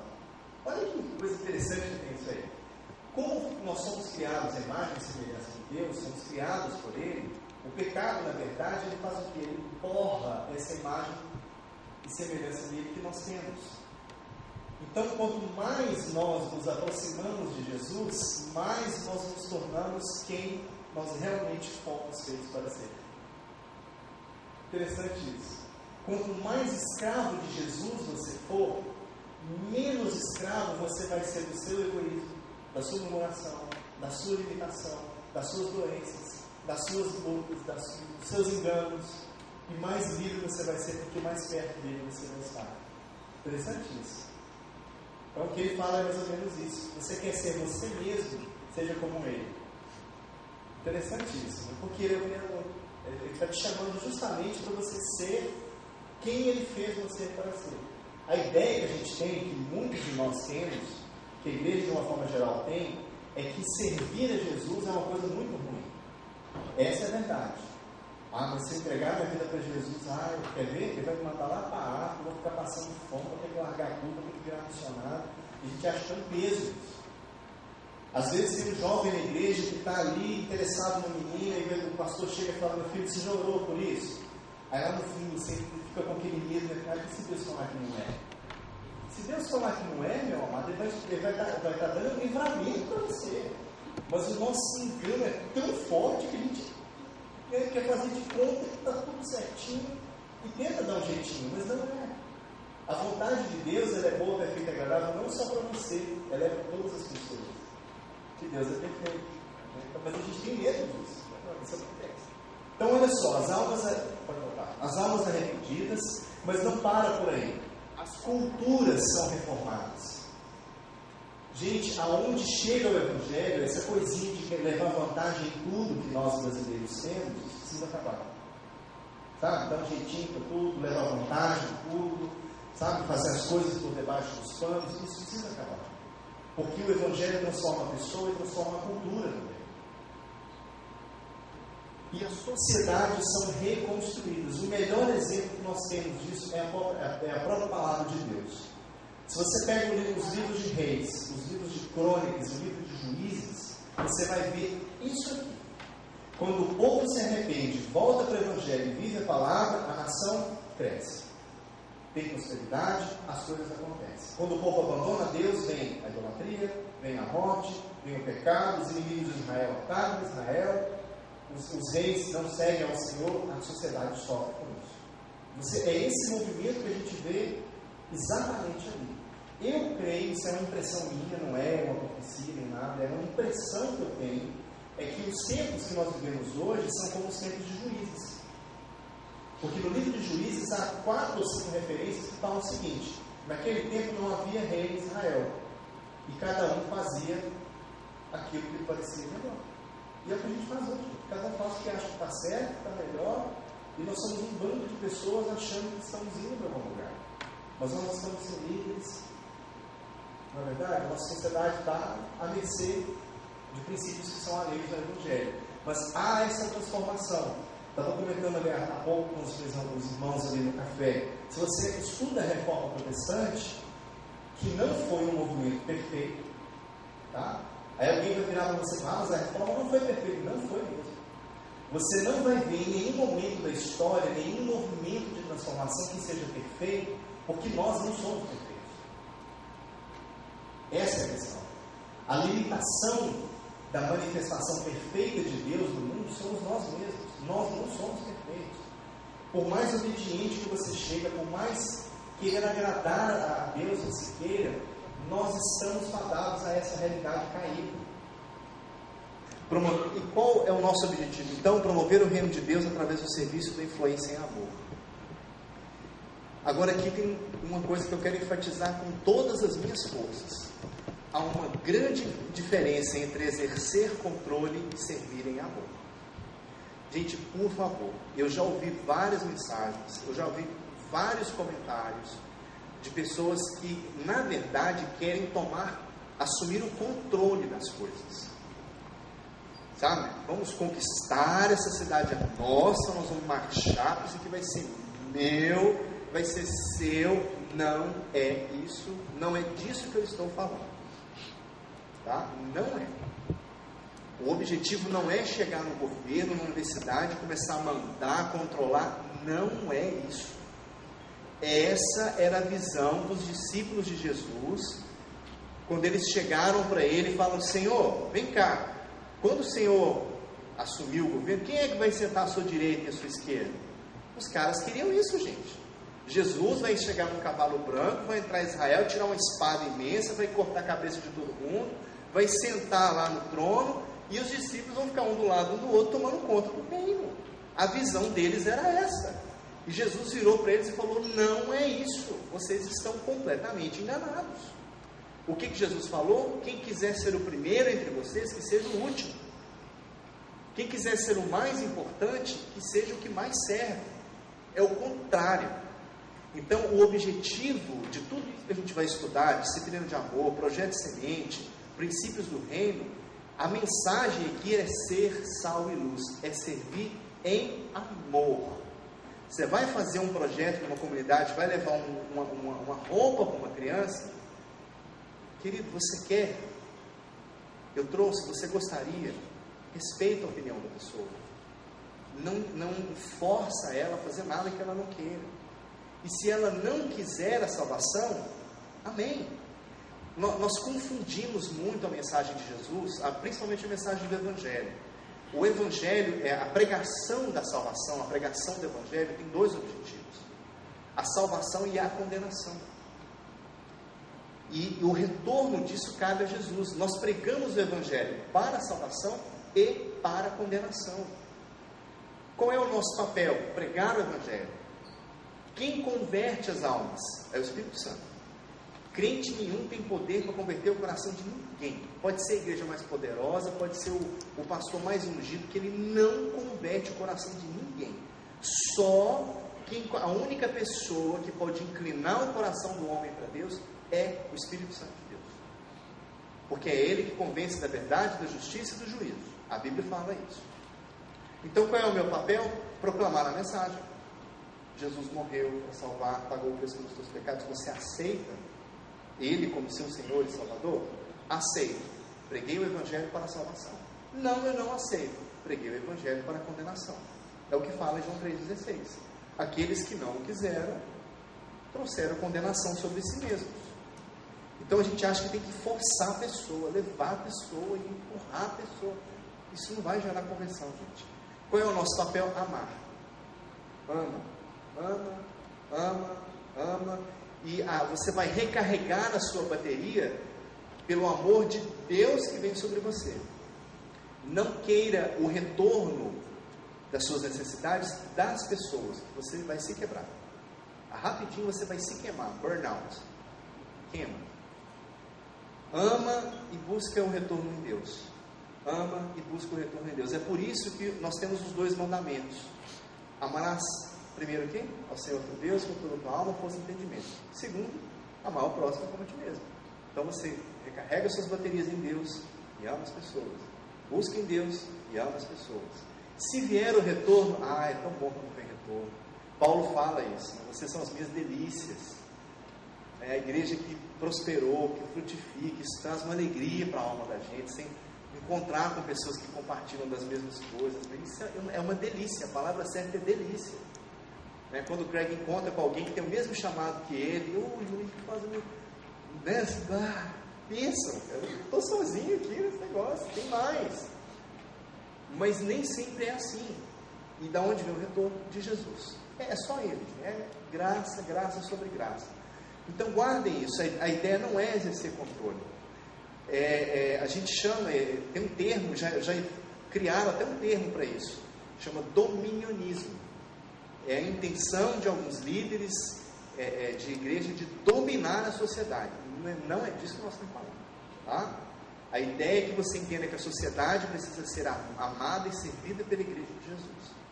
Você não vai se Deus te colocar como reitor da universidade, como prefeito da cidade, amém. Mas se você chegar lá, não é para você controlar as pessoas. E agora eu sou prefeito, agora eu vou obrigar todo mundo a ler a Bíblia. Não é por aí. A Idade Média é cheia de exemplos disso, onde a Igreja Católica fez isso. Não deu certo. Tá? A mensagem é por amor e serviço. Sal e luz, dominionismo. Aqui a mensagem que eu falei: quem quiser tornar-se o importante de você, será. E o desafio que nós temos diante de tudo isso: conhecer e viver a palavra de Deus em toda a sua plenitude, segundo o poder do Espírito Santo que opera em nós através de Cristo Jesus. Esse é o nosso desafio. A consequência disso é a transformação da igreja, da comunidade, da minha vida, da minha família, da sociedade, tudo, mas o fundamento está aqui: conhecer e viver a palavra de Deus. Então o que a gente vai fazer agora, depois de tudo isso que a gente ouviu?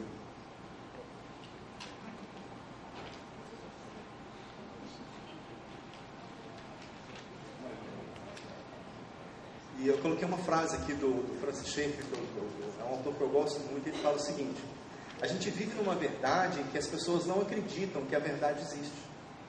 O pastor falou ontem, né? Verdade, de onde vem esse alienado? Mas você chega na universidade, não, porque é a verdade. As pessoas não acreditam mesmo, gente, que a verdade existe.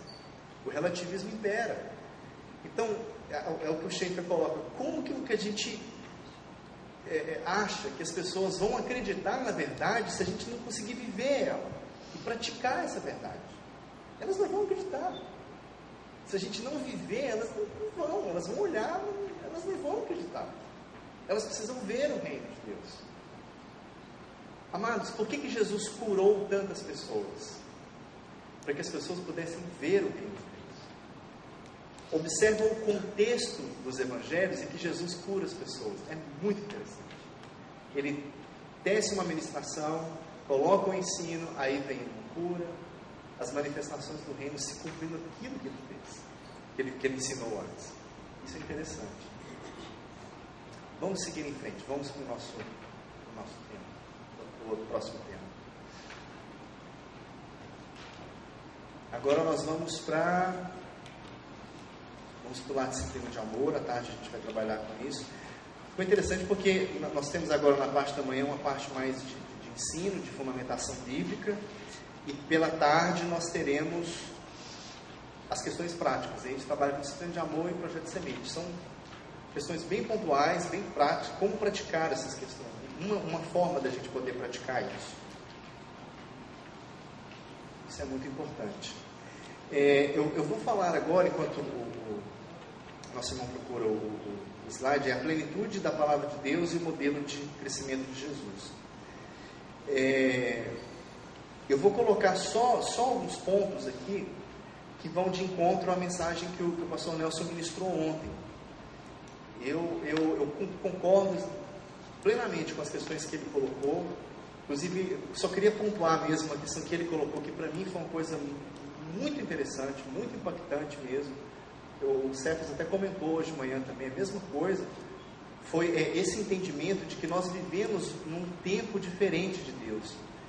Porque pode surgir a tentação da gente olhar para os nossos pais espirituais, né? E acharmos que eles nos ensinaram a mensagem errada, ou que, né, poxa, por que não me ensinaram isso antes? Ou, né, por que os cristãos que vieram antes não viveram isso?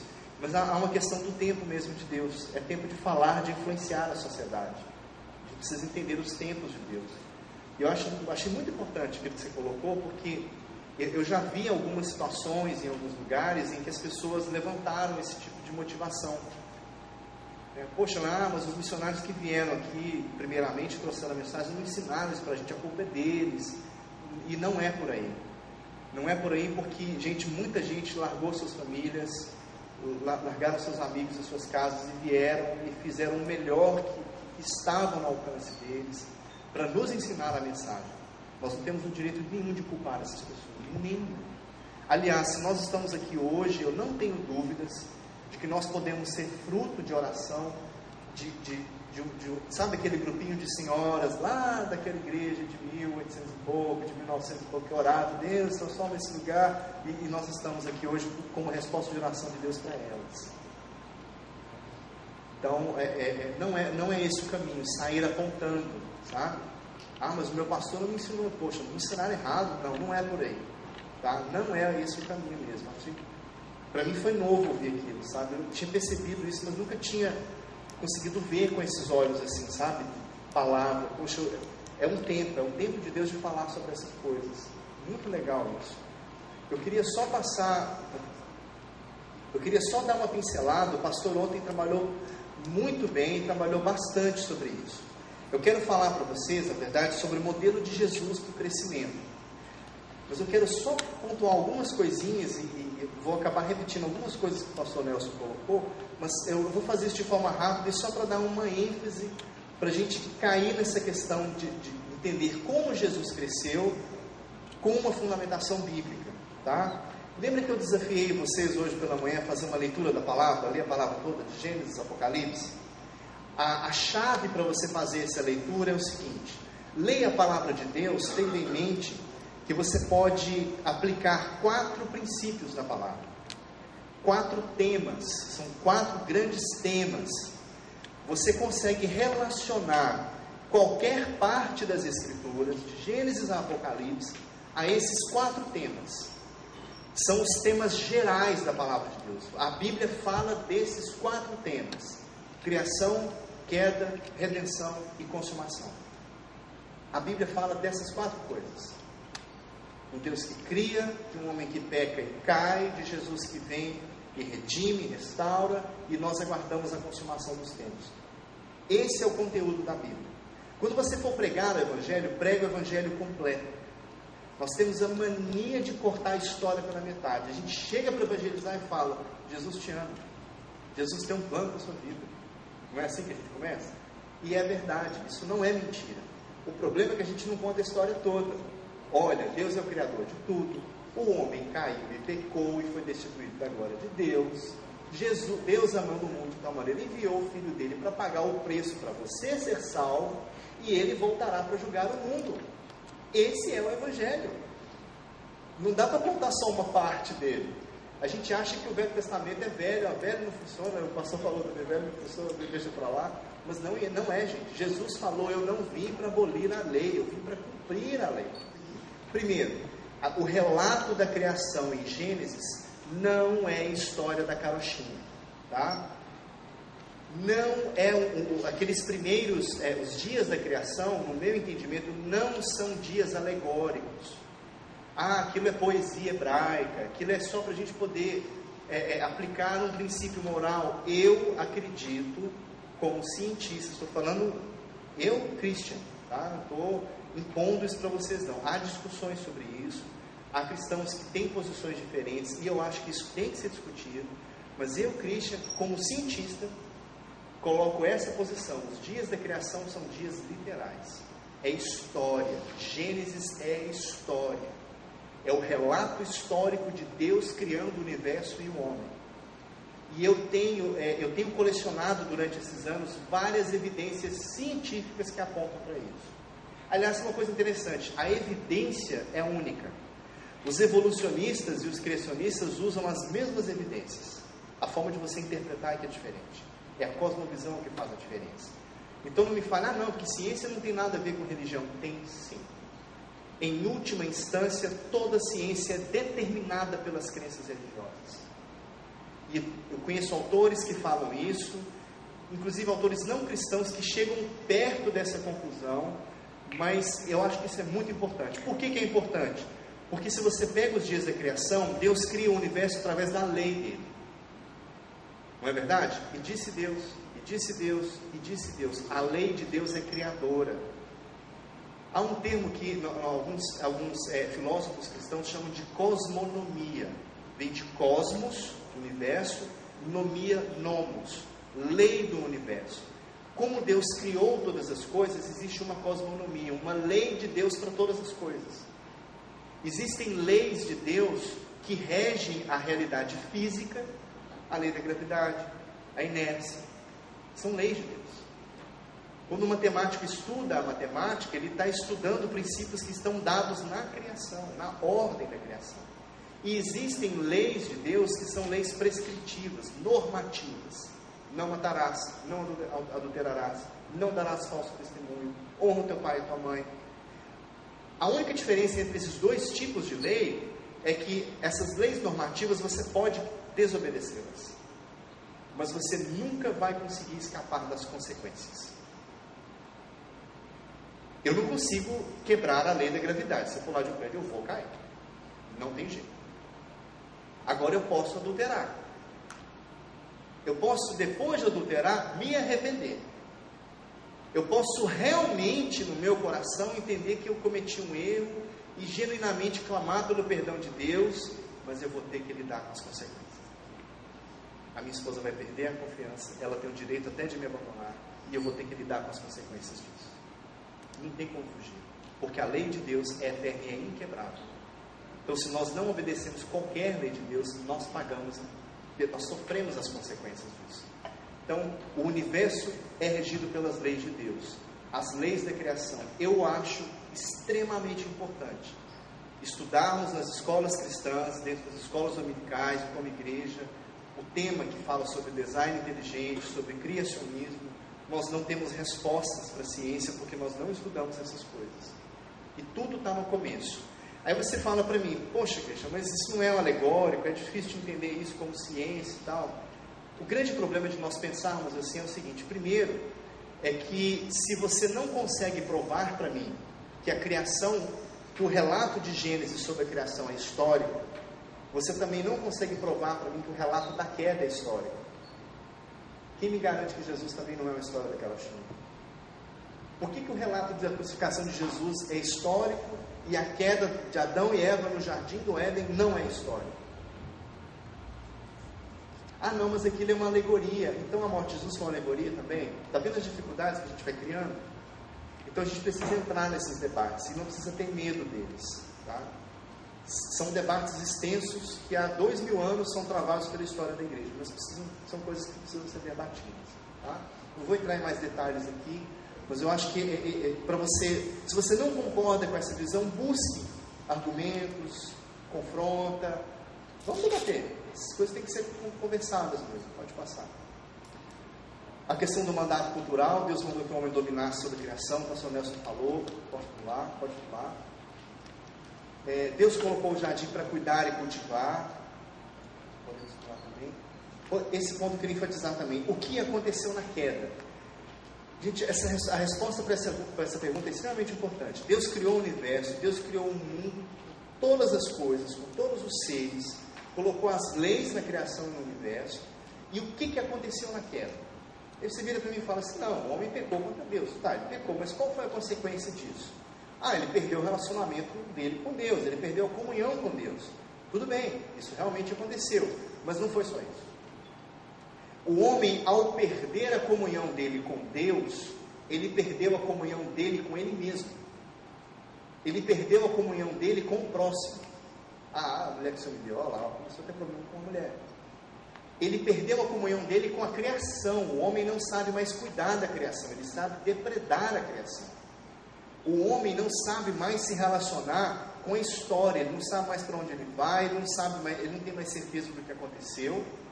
O homem não sabe mais se relacionar com os animais, ele maltrata os animais e não reconhece os animais como criaturas de Deus. Isso é muito sério. O que eu já vi de crente chutando cachorro em rua, eu vi. Criação de Deus, gente. Deus colocou no jardim para cuidar, o cara vai lá e chuta. Está errado isso. Também não dá certo você dar mais valor para um animal do que para uma criança. É preciso ter bom senso nessas questões. Isso acontece na nossa sociedade hoje. Pode passar. O homem perdeu a relação correta dele com a realidade inteira. Aqui a única coisa que eu vou fazer aqui, inclusive é o Darrell Miller que faz isso, é relacionar essas áreas que foram afetadas pela queda com algumas ciências. O homem perdeu o relacionamento dele com Deus. Qual a ciência que estuda essa relação de Deus com o homem? A teologia. O homem perdeu a relação dele, não sabe mais se relacionar com as pessoas. A sociologia estuda isso. O homem não sabe mais ser mordomo da criação. Qual ciência que estuda isso? A ecologia e a economia. Aliás, a economia, gente, é uma ciência que não é o estudo do dinheiro. Nós acostumamos a chamar de economia dinheiro, mas a palavra economia vem de oikodomos. Oikos é o mordomo da casa. A economia estuda a administração de recursos. Um dos recursos que nós temos é o dinheiro, mas não é o único recurso que nós temos. O homem não sabe mais o que é certo e o que é errado, não sabe se relacionar com sabedoria. Qual ciência estuda isso? A metafísica. O homem não sabe mais se relacionar com ele mesmo. Psicologia. O homem não sabe mais como conhecer a verdade. Epistemologia. O homem é história, teleologia. A minha pergunta para você é: por que hoje na nossa igreja o único espaço em que há diálogo e há relevância de Deus para o conhecimento é na teologia? Qual o lugar de Deus na sociologia, na história, na psicologia, nas artes? Por que nós abolimos o conhecimento de Deus nessas áreas todas, sendo que elas foram criadas por Ele e todas elas foram afetadas de igual modo pelo pecado? Porque a nossa visão do Evangelho é estreita. Só por isso. E se você estuda na palavra de Deus, leia o livro de Eclesiastes. Salomão foi um cientista. Quando Deus manda a Adão dar nome aos animais, ele estava vocacionando o homem para ser um cientista. Gente, quando um biólogo entra numa mata, que ele encontra uma flor que ninguém nunca descobriu, e ele encontra com ela, a primeira coisa que ele faz é dar nome para ela. Aí ele leva ela para o laboratório, coloca no microscópio, separa todas as partes e dá nome para essas partes. Dar nome. Faz parte do mandato cultural. Então, qual o grande desafio que nós temos? É reintegrar todas essas áreas ao conhecimento de Deus. E uma coisa que precisa ficar muito clara para todos nós: amados, da mesma forma que a glória de Deus, com todo o seu peso, com toda a sua altura, largura, profundidade, extensão, o que for, foi criada por Deus e manifesta o caráter dele, a queda é também radical. O universo físico cai na queda. As estrelas morrem, as células dentro do seu corpo estão morrendo por causa do pecado, tá? Não é só a sua alma que foi afetada, não é só a sua alma que Jesus veio para salvar. As células do seu corpo estão morrendo. O câncer nada mais é do que uma reprodução descontrolada do DNA de uma célula. O organismo perde o controle dele mesmo. Isso é consequência da queda. O homem, nós temos problemas mentais, gente. Nós temos depressão, nós temos neuroses, nós temos psicoses. Da onde que vem isso? Da queda.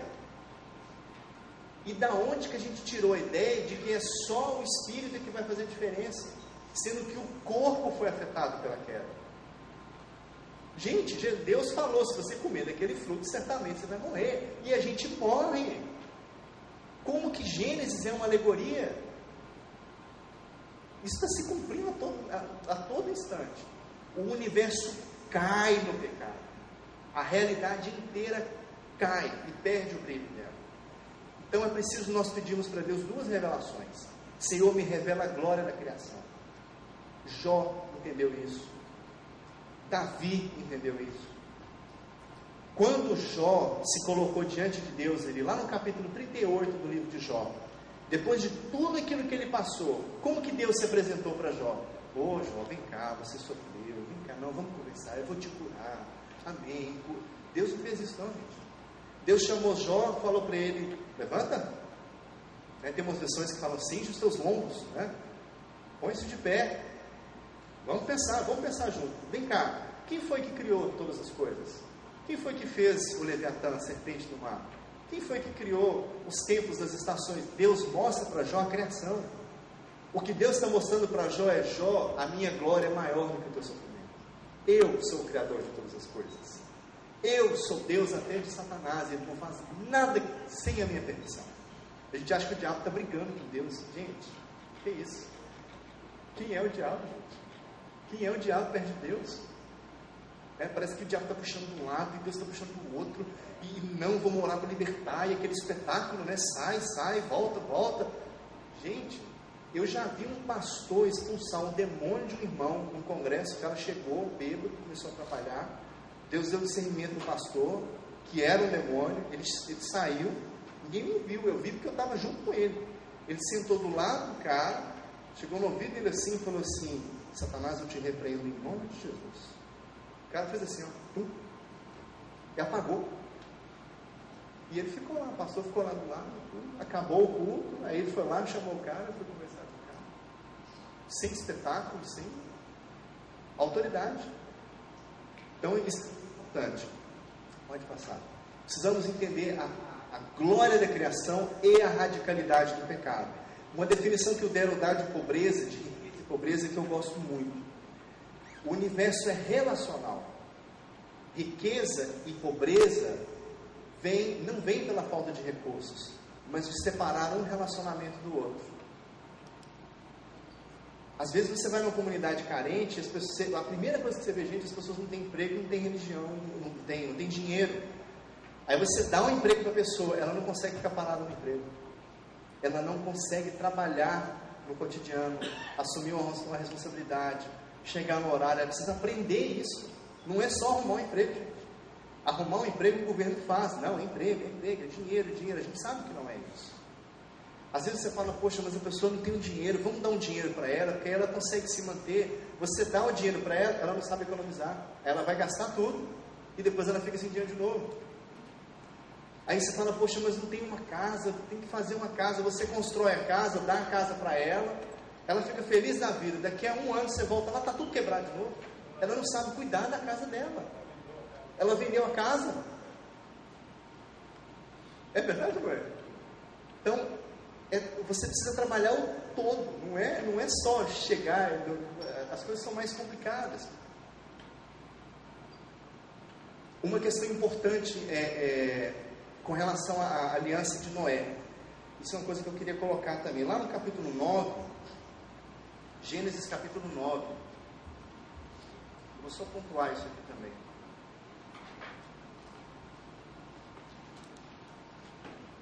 Lá no capítulo 9 de Gênesis fica bem claro uma coisa.